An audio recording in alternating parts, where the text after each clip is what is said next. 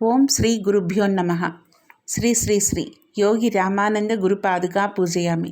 శ్రీ లలితా సహస్రనామ స్తోత్రంలోని 40వ శ్లోక వివరణ. తటిల్లతా సమరుచి షట్చక్రోపరి సంస్థిత మహాశక్తి కుండలిని బిసతందు తనీయసి. తటిల్లతా సమరుచి షట్చక్రోపరి సంస్థిత. తటిల్లతా సమరుచి అంటే మెరుపు తీగతో విద్యుత్తు తీగతో పోల్చబడినటువంటిది అమ్మ అని అర్థం. సహస్రారం చేరుకున్న కుండలిని శక్తి మెరుపు కాంతితో ఉంటుంది. అప్పటి వరకు ధ్యానంలో చీకటిలో చేసే ప్రయాణంకు ఒక జ్యోతిలాగా కనపడుతుంది. సాధకుడు తను చేరాలని అనుకున్న ప్రాంతానికి ఈ జ్యోతి గుండానే తీసుకొని వెళ్తుంది. సాధకులు మనం చూడాలి చేరాలి అనుకున్న ప్రాంతాన్ని ధ్యానంలో భావిస్తూ సహస్రారం కుండలిని చేరుకుంటే అక్కడ కనపడే ఈ కాంతిపుంజం సూక్ష్మదేహాన్ని సంకల్పించిన ప్రాంతానికి చేరుస్తుంది. టెలిపతి, ఆస్ట్రల్ జర్నీ అనే పేర్లతో శాస్త్రపరంగా కూడా నిరూపించబడ్డ సాధనా విధానం. ఈ స్థాయిలో దర్శించే వెలుగు చీకటిలో ఒక దీపంలాగా వెళ్ళవలసిన ప్రాంతానికి వెలుగు అవుతుంది. ఆ వెలుగే ఆ తల్లి జగన్మాత. ఎవరు ఏ రకంగా ఉపాసన చేస్తారో, ఏ రూపంలో దైవాన్ని కొలుస్తారో వారి వారి మనోవాంఛతో ఆ రూపమే తటస్థిస్తూ ఉంటుంది అమ్మ. అందుకే ఆ తల్లి తటల్లితా సమరుచి అంటారు. తలచిన రూపంలో సాక్షాత్కరిస్తూ ధ్యానజ్యోతి అయ్యి ఆత్మజ్యోతికి వెలుగునిస్తుంది. ఇక షట్చక్రోపరి సంస్థిత అంటే 6 విధాలైన మూలాధారాది చక్రముల యొక్క పైభాగాన చక్కగా ఉన్నది అని అర్థం. ఎలా అయితే సూర్యభగవానుడు సప్త అశ్వముల రథంతో సృష్టి క్రమాన్ని నడిపిస్తున్నాడో అలాగే షట్చక్రాలపైన సహస్రార చక్రంలో సుధాసాగరం మధ్యలో మణిద్వీపం అనే మండలంలో చింతామణి అనే గృహమునందు అమ్మవారు అధిష్ఠించి జీవుని యొక్క కోరికల అనే గుర్రాలకు జీవన రథాన్ని బిగించి నడుపుతోంది. సాధనలో సహస్రారం చేరుకోవడం అంటే అక్కడ ఆ తల్లి స్థిర నివాసం ఉండేలా చేయడం. ఇప్పటి వరకు తెలుసుకున్న నామ అర్థాలను ఆధారంగా చూస్తే సమస్త సృష్టి రహస్యం జీవుడిలోనే అంతర్గతంగా ఉంది. నీలో నువ్వే అన్వేషించి శోధించడమే ధ్యానం. పూజలు, దీక్షలు, యాత్రలు అన్నీ భగవంతుని గురించి మనసు ఎక్కువగా ఆలోచించే విధంగా చేస్తుంది. భక్తికి క్రమశిక్షణ ఈ దశలోనే మొదలవుతుంది. ఆ విధంగా తపన ఎక్కువై భక్తుడు భగవంతుని గురించి ఆలోచిస్తూ అందులోనే ఆనందపడుతూ ధ్యాన సాధనలోకి వెళ్తాడు. అటువంటి వారికే ధ్యానంలో నిలకడ ఉంటుంది. భగవంతుని తెలుసుకోవాలన్న తపనతో మొదలెట్టిన సాధనలో సహస్రారంలోనే నీలోనే భగవంతుడున్నాడు ఆత్మరూపంలో అన్న సత్యాన్ని తెలుసుకున్నాక అన్ని చోట్ల అంతటా భగవంతుడున్నాడు అని తెలుసుకొని అందరిలో భగవంతుణ్ణి చూస్తాడు.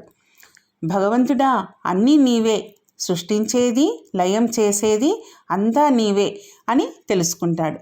ఇన్ని రోజులు వెతికిన పరమాత్మ సర్వంతర్యామి అని అర్థం చేసుకుంటాడు. ఆ తర్వాత పరమ శాంత స్వరూపుడై ఆత్మానందాన్ని అనుభవిస్తూ సహజ రాజయోగంలో జీవిస్తూ ఉంటాడు. ఇదే ఉత్తమ సాధన అవుతుందన్నమాట. అంటే తనను తాను కోల్పోయి తనలోని దైవస్వరూపంలో కలిసిపోతాడు. ఇదే బ్రహ్మజ్ఞానం, పరబ్రహ్మను తెలుసుకోవడం. ఇకపోతే మహాశక్తి కుండలిని బిసతంతు తనీయసి. మహాశక్తి అంటే దివ్య జ్ఞానం వల్ల సాధకునిలో కలిగే ఆసక్తి దేవీ రూపమే. ఆమె మహాశక్తి. మహా అనగా బ్రహ్మ, మహాశక్తి అనగా బ్రహ్మ యొక్క శక్తి సరస్వతి అవుతుంది. ఈ విధంగా గంగా, యమున, సరస్వతులు ఇడా పింగళ సుషుమ్నా నాడులు అనవచ్చు అన్నమాట. అగ్నితత్వమునకు చెందిన సుషుమ్నా నాడిని అగ్నితత్వంలో ఉండు దేవికి అభేదం అంటే భేదం లేదు అని అర్థం. కావునే మహాశక్తి అవుతుంది. తర్వాత కుండలిని శక్తి సహజంగా వేడిగా అగ్నితత్వం కలిగి ఉంటుందన్నమాట. ఇడా నాడి చంద్రతత్వం, పింగళ నాడి సూర్యతత్వం, సుషుమ్నా నాడి అగ్నితత్వం కలిగింది. ఈ మూడింటిని వరుసగా గంగ, యమున, సరస్వతి నదులతో సమన్వయిస్తారు. అంటే సరస్వతి వాగ్దేవత, అగ్నితత్వం కలిగింది. కుండలిని కూడా అంతే. కాబట్టి కుండలిని శక్తి ప్రధానంగా వాక్కుకు సంబంధించిన శక్తి అవుతుందన్నమాట. కుండలిని సాధకులు యొక్క వాక్కు అమోఘం. వారి మాట పరంగా శాపంగా కూడా మారుతుంది. అంటే ఈ కుండలిని సాధకుల యొక్క వాక్కు వారి మాట వరంగా ఉంటుందట, శాపంగా కూడా మారుతుంది. ఎందుకంటే వాగ్దేవత వారికి సాధన ద్వారా వాక్శుద్ధిని ప్రసాదిస్తుంది. నిత్యం సంస్కృత శ్లోకాలు పఠించే వారికి కూడా వాక్శుద్ధి లభిస్తుంది. సంస్కృతంలోని ప్రతి అక్షరము బీజమే. వాటికి అధిపతి సరస్వతి రూపంలో ఉన్న అమ్మవారు. ఈ సరస్వతి అగ్నితత్వంతో కుండలినిలో నివసిస్తుంది. ఈ సంస్కృత శ్లోకాల పఠనం వల్ల ఆ శక్తి మనలోని మలినాన్ని తొలగించి పాజిటివ్ ఎనర్జీని, కాస్మిక్ ఎనర్జీని ఆకర్షిస్తుందన్నమాట. దానివల్ల పఠించే వారికి వాక్శుద్ధి పుష్కలంగా లభిస్తుంది. ఈ వాక్కుకు బీజాక్షరం ఐం. దీన్ని వాగ్భవ బీజం అంటారు. ఐంలోని ఆ, ఈ, ఆ, అనే అక్షరాలు ఉంటాయి. వీటిలో 3 అక్షరాలు పూర్తిగా, అంటే ఆ, ఈ, ఆ అనేటివి పూర్తిగా ఉన్నాయి. కాబట్టి మూడు పూర్తి చుట్లను చివరిదైన సగమే ఉంది. కాబట్టి సగం చుట్టును సూచిస్తుంది.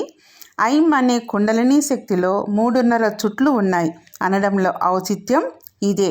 ఇది మంత్రశాస్త్రపరమైన సమన్వయం. జీవి మానవ జన్మను పొందక పూర్వము ఖనిజ స్థితి, వృక్షస్థితి, జంతుస్థితికి సంబంధించిన కక్షలను దాటడం జరిగింది. కాబట్టి 3 కక్షలు పూర్తయినట్లు లెక్క. ఇక మానవ జన్మ పొందినంత మాత్రాన చుట్టు పూర్తి కాదు. అంటే 3.5 చుట్లు చుట్టుకొని ఉంది కదా కుండలిని. ఆ 3వ అక్షరం అనేది సగమే ఉంది. అది పూర్తి కావాలంటే ఏం చేయాలా? ఆ జన్మను పొంది తన సాధన ద్వారా మిగిలిన సగం చుట్టును కూడా పూర్తి చేసుకుంటే 4 రకాల కక్షలను దాటి జీవన్ముక్తుడు అవుతాడు. అంటే పూర్తి కావలసిన సగం చుట్టూ యోగ సాధన ద్వారా పూర్తి చేయాలి. ఈ విషయాన్ని తెలియజేయడం కోసమే జీవశక్తి అయిన కుండలిని మానవులందరిలో 3.5 చుట్లు చుట్టుకొని ఉంటుంది అనడం. ఇది జీవ పరిణామ శాస్త్ర సమన్వయం. కుండలిని శక్తి రూపంలో ఉన్న దేవిని ధ్యానించేవారు సిద్ధులవుతారన్నమాట. పాము ఆకారం కలది, వాగ్భవ బీజ స్వరూపురాలు అని ఈ నామానికి అర్థాలు. ఇకపోతే బిసతంతు తనీయసి, తామర కాడలోని ప్రోగు వలె సన్నని స్వరూపం కలది అని అర్థం దీనికి. ఇది కేవలం మనం అర్థం చేసుకోవడానికి ఇచ్చిన ఉపమానం మాత్రమే. నిజానికి అలా కూడా ఉండదు. ఆ విధంగా కూడా ఉండదంట. నిజానికి ఏ విధంగా ఉంటుంది అంటే తేజస్సు ఎలా ఉంటుందో అలా ఉంటుందట. చాలా సూక్ష్మంగా ఉంటుంది. తేజస్సుకు సంబంధించింది, స్థూలమైన పదార్థం కూడా కాదు. ఈ 3 లక్షణాలు కుండలినికి కూడా అన్వయిస్తాయన్నమాట. అలా కాకుండా మనకు సరైన అవగాహన బిసతంతు తనీయసి అంటే సూర్యకిరణం లాగా ఉంటుంది అనేది కరెక్టేమో అనిపిస్తుంది. ఇక బిస అంటే బ్రహ్మను సూచిస్తుంది. తంతు అనే పదం సూత్రాన్ని సూచిస్తుంది.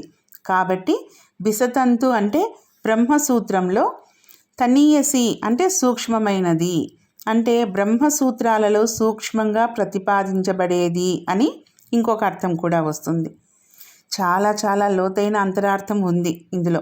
అందుకే అర్థం తెలుసుకొని పారాయణ చేయడం వల్ల మంచి ఫలితాన్ని పొందవచ్చు. ఓం శ్రీమాత్రే నమః. ఓం శ్రీ గురుభ్యో నమః.